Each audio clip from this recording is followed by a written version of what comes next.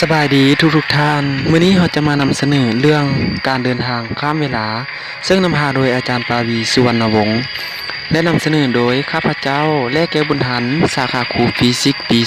2ดังนั้นเราไปติดตามนำกันเลยการเดินทางข้ามเวลามีความสามารถเป็นไปได้น้อยหลายปานใดที่เราจะเดินทางจากอดีตไปสู่อนาคตแล้วหากการเดินทางข้ามเวลาหากเกิดขึ้นได้แท้จริงและผลกระทบที่ตามมานั้นจะมีอย่างใดและความรู้วิทยาการของมนุษย์เฮาสามารถสร้างเครื่องจักรข้ามเวลาได้หรือบ่ซึ่งว่าทุกคนให้ความสนใจอย่างหลากหลายเพราะว่าทุกคนต้องมีปัญหาที่ผิดพลาดในอดีตแล้วอยากกลับไปแก้ไขหรือบางคนก็อยากเดินลัดไปสู่อนาคตเลยเพื่อเบิ่งว่าจะเกิดหยังขึ้นกับตัวเองในภายภาคหน้าแต่ส่วนหลายนักวิทยาศาสตร์มีเป้าหมายที่สำคัญในการแก้ไขปัญหาปริศนาจักรวาลที่ยิ่งใหญ่นี้หากการเดินทางข้ามเวลาเกิดขึ้นได้แท้จริงแล้วจะเกิดหยังขึ้นก่อนการกำเนิดจักรวาลและจุดสิ้นสุดของจักรวาลนั้นอยู่ไสต่อไปเราจะมาเว้าถึงการเดินทางข้ามเวลาที่เข้าใจง่ายๆเวลาในหลักของฟิสิกส์จะมี4ส่วนมิติและอีก3ส่วนมิติซึ่งเราจะมารู้กันดีว่าจะมีความกว้างความยาวและความสูงซึ่งวัตถุทุกอย่างอยู่เทิงโลกใบนี้ซึ่งอาจจะบ่สามารถหลีกเลี่ยงได้รวมทั้งมนุษย์เฮาอีกด้วยมนุษย์เฮามักคิดเรื่องต่างๆที่ส่วนใหญ่มักเป็นไปบ่ได้แล้วสุดท้ายการเวลาผ่านไปมนุษย์เฮาก็สามารถเฮ็ดในสิ่งที่ฝันไว้ให้กลายเป็นจริงได้เช่นตัวอย่างมนุษย์เฮาฝันอยากบินมาแต่ดนนานแล้วดังนั้นมีปรากฏในประวัติศาสตร์โลกครั้งที่เลโอนาร์โด ดาวินซีซึ่งเรือบินคอปเตอร์ที่ใช้ในปัจจุบันก็แม่นมาจากในความคิดของดาวินซีเช่นกันได้พยายามสังเกตการบินของนกและได้แต่งรูปภาพไว้เป็นรูปแบบจำลองหลายกว่า100รูปซึ่งมาคิดในสิ่งที่เป็นไปบ่ได้แต่แล้วใน400ปีต่อมาความฝันของการบินก็สามารถเกิดขึ้นได้จริงเมื่อปีคศ1903สองพี่น้องตระกูลไลท์ก็สามารถสร้างเครื่องจักรในนามเครื่องบินได้สำเร็จดังนั้นเครื่องจักรการสร้างเวลาก็เช่นเดียวกันบ่แน่ในอนาคตอันกว้างไกลเฮาสามารถสร้างเครื่องจักรข้ามเวลาได้แต่ถึงอย่างใดก็ตามเฮาคิดว่าเฮาเฮ็ดได้แล้วในตอนนี้แล้วก็ได้ตั้งชื่อให้มันแล้วว่าหูนอนแห่งการเวลาซึ่งในโลกของควอนตัมหูนอนนั้นมีอยู่แท้จริงแต่ว่ามันมีขนาดน้อยหลายจนบ่สามารถเบิ่งเห็นด้วยตาเปล่าหรือต่อให้มีกองที่มีอนุภาคพลังงานสูงก็ตามหูนอนเหล่านี้อาจซ่อนอยู่ในทุกๆที่ในจักรวาล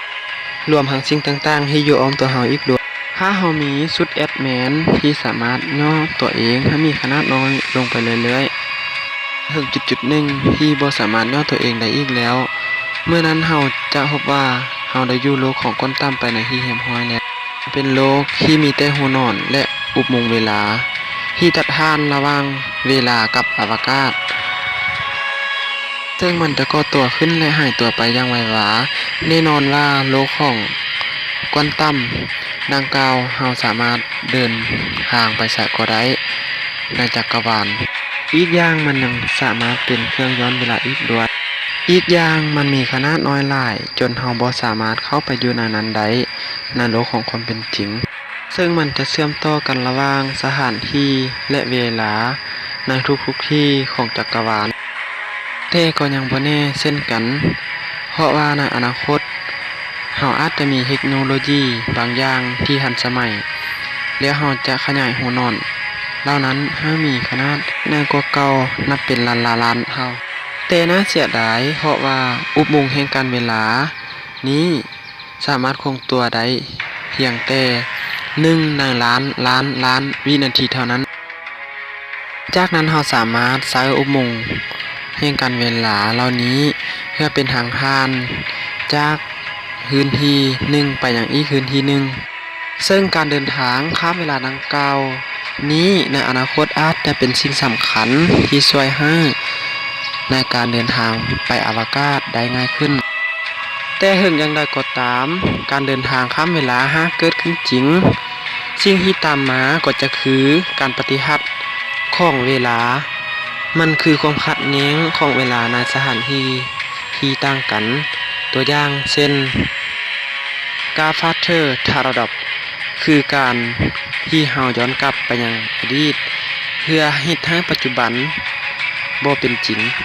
ต่อมาเฮาจะมาเบิ่งตัวอย่างไทม์ทาราดอบอีก1ตัวอย่างเพื่อเพิ่มความขัดแย้งให้มีความสงวนหลายขึ้นนั่นก็คือ information paradox คือการที่เฮารับข้อมูลอันสำคัญมาจากโลกของอนาคตซึ่งเป็นอนาคตที่ยังบ่มีจุดกำเนิดอันแท้จริงเช่นหากเฮาได้เกิดมาในยุคที่มีเครื่อง time machine แล้วเฮาก็จะย้อนเวลากลับไปยังยุคของอดีตซึ่งเป็นช่วงเวลาที่บ่มี emission จากนั้นเฮาก็ได้บอกความลับในการสร้างเครื่อง time machine ให้นักวิทยาศาสตร์ผู้หนึ่งต่อมานักวิทยาศาสตร์ผู้นั้นก็จะ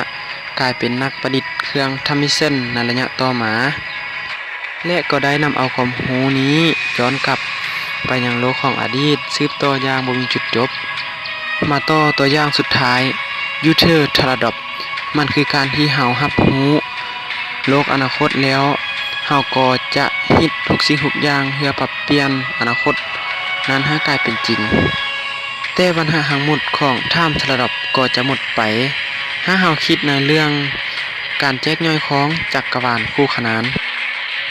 ต่อมาแนวความคิดเรื่องของฮาฮบมันเป็นแนวความคิดที่สันนิษฐานว่าด้วยการที่เอกภพจำนวนหลายนับบ่ถ้วนที่ได้เกิดและสลายตัวไปตลอดเวลาทั้งหมดของเอกภพของเฮานั้นถูกต้องซึ่งเป็นหนึ่งในนั้นแต่ละเอกภพประกอบด้วยหลายสิ่งหลายอย่างทางกายภาพเช่นอากาศมวลสารพลังงานโมเมนตัมและกฎเกณฑ์ทางฟิสิกส์โดยหาข้านของแนวความคิดเรื่องหะหุภพหรืออนันตภพอยู่บนทฤษฎีทางฟิสิกส์ศาสตร์มี3ทฤษฎีคือทฤษฎีสตริงทฤษฎีการขยายตัวของเอกภพและทฤษฎีสสารความมืดโดยเฉพาะทฤษฎีสสารความมืดซึ่งเป็นนักฟิสิกส์ศาสตร์ได้เฮ็ดการคำนวณปริมาณมวลสารมันมีหลายกว่าจำนวนทั้งหมดของมวลสารในเอกภพถึง10กำลัง500และนี้ก็เฮ็ดให้มีความคิดคู่ขนานจึงเฮ็ดให้มีความเป็นไปได้หลายและสุดท้ายความขัดแย้งทางด้านเวลาก็ค่อยๆได้หมดไปจากนั้นเราจะไปสนับสนุนทฤษฎีที่ว่าด้วยจักรวาลของเฮาบ่มีเพียงจักรวาลเดียวแต่จักรวาลของเฮามีจำนวนเป็นอนันต์แล้วการย้อนเวลาไปสู่อนาคตทางฟิสิกส์มีความเป็นไปได้สูงหรือน้อยอย่างใดมันมีหลายวิธีการที่เราจะเดินทางไปสู่อนาคตใดในความหมายก็คือการที่เราสามารถกำหนดหรือฮิตสิ่งใดสิ่งหนึ่งให้เกิดขึ้นในช่วงเวลาอันยาวนานตัวอย่างเช่นนักอวกาศจะเดินทางออกจากโลกของเขาเพื่อไปสำรวจดวงจันทร์หรือดาวเคราะห์อื่นๆในระบบสุริยะแล้วเขาก็จะย้อนกลับมายังบ้านเกิดของตนเองด้วยความไวเสียดแสงซึ่งสำหรับการเดินทางอาจจะเป็นพันๆปีแล้วก็ตามจากความน่ามหัศจรรย์ของเวลาดังกล่าวจะสังเกตเห็นได้ว่าทฤษฎีสัมพันธภาพนั้นบ่ได้มีคำตอบตามวัตถุประสงค์ซึ่งเนื่องมาจากการยืดและการหดของเวลาโดยการยืดออกของเวลาจากการสำรวจเบื้องต้นก็ได้รับอนุญาตให้เกิดขึ้นในทฤษฎีสัมพันธภาพพิเศษและทฤษฎีสัมพันธภาพทั่วไปของอัลเบิร์ตไอน์สไตน์ทฤษฎีนี้ได้กล่าวไว้ว่าเมื่อเปรียบเทียบกับผู้สังเกตแล้วเวลาจะเดินทางช้าหลายสำหรับ วัตถุที่กำลังเคลื่อนที่ด้วยความไวสูงหรืออีกกรณีหนึ่งเมื่อเฮาเบิ่งเวลาที่เครื่องจับเวลาตกลงในหลุมดำเราจะสังเกตเห็นได้อย่างชัดเจนเลยว่าเครื่องจับเวลาที่ตกลงในหลุมดำนั้นจะค่อยๆเดินทางช้าๆลงไปเรื่อยๆจนในที่สุดนั้นแทบจะหยุดนิ่งไปเลยเพราะมันเกิดจากแห่งโน้มถ่วงซึ่งนอกจากจะมีความไหวที่ฮิตให้เวลายืดออกแล้วก็ยังมีแห่งดึงดูดนั้นที่เป็นตัวกลางในการดึงดูดดังกล่าวซึ่งทั้งสองกรณีอาจจะเกิดขึ้นพร้อมๆกันและส่งผลกระทบตามการเปลี่ยนแปลงแต่ผู้สังเกตจะเห็นการหดลองมาจากเรื่องของการหดยืดของเวลาดังกล่าวนี้เองก็ได้รับการพิสูจน์แล้วว่ามันเกิดขึ้นได้แท้จริงจากการทดลองอวกาศของสถานีอวกาศนานาชาติที่ได้รับจากเครื่องจับเวลาอะตอมเอาไปเปรียบเทียบกับเครื่องจับเวลาอะตอมหึงโลกและผลกระทบจากโครงแม่เหล็กหึงโลกรวมทั้งความไวเฉลี่ยสถานีอวกาศเคลื่อนที่เองแล้วปัจจัยทั้งสองนี้จะมีความขัดแย้งกันต่อเนื่องโครงแม่เหล็กที่มีขนาดน้อยกว่าโครงแม่เหล็กของโลก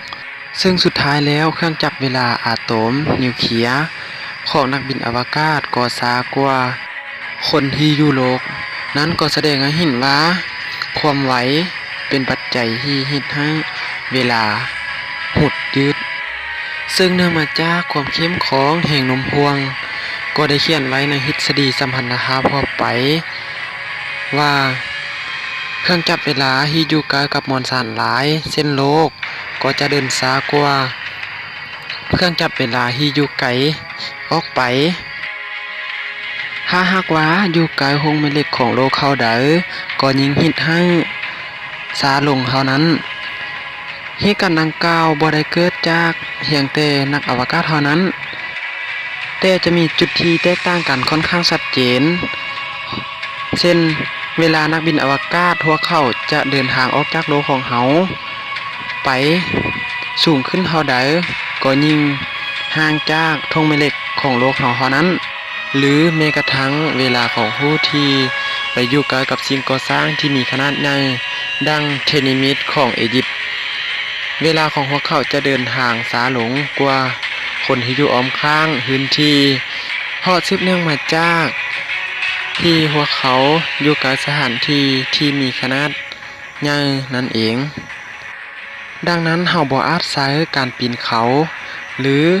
การยืนอยู่ข้างเทนิมิดมาเป็นเครื่องมือสำหรับการวัดเทกการเดินทางข้ามเวลาได้จากนักวิทยาศาสตร์ได้เฮ็ดการศึกษามานั้นก็จะขอให้เฮารู้แล้วว่าการเดินทางข้ามเวลานั้นเกิดขึ้นแท้จริงอย่างน้อยก็คือการเดินทางจากโลกไปสู่อนาคตนั่นเองโดยหลักการแบบง่ายๆก็คือเพียงแต่เฮาจะเพิ่มความไวของเฮาให้หลายๆแล้วสุดท้ายเฮาก็จะสามารถไปถึงโลกอนาคตได้หรือจะใช้วิธีทางลัดก็คือการแช่แข็งมนุษย์เพื่อไปฟื้นคืนสู่โลกอนาคตแต่วิธีนี้จะเป็นวิธีที่รักษาคุณภาพระดับเซลล์ซึ่งปัจจุบันก็มีนักวิทยาศาสตร์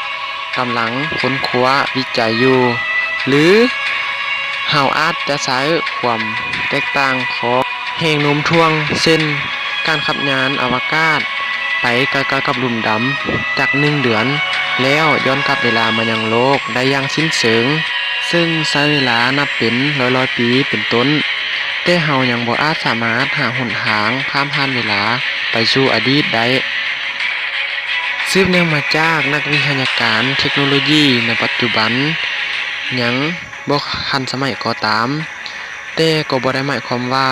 ทุกสิ่งทุกอย่างนั้นจะเป็นไปบ่ได้หรือเมื่อใดก็ตามที่เฮาค้นพบสมผลหนึ่งเดียวของจักรวาล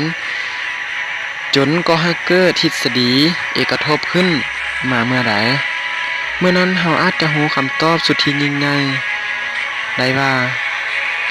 เกิดหยังขึ้นก่อนจะระเบิดครั้งที่ยิ่งใหญ่ในการก่อสร้างทุกสรรพสิ่งของจักรวาลการนำเสนอของข้าพเจ้ามาฮอดนี้ก็ใกล้จะสิ้นสุดลงแล้ว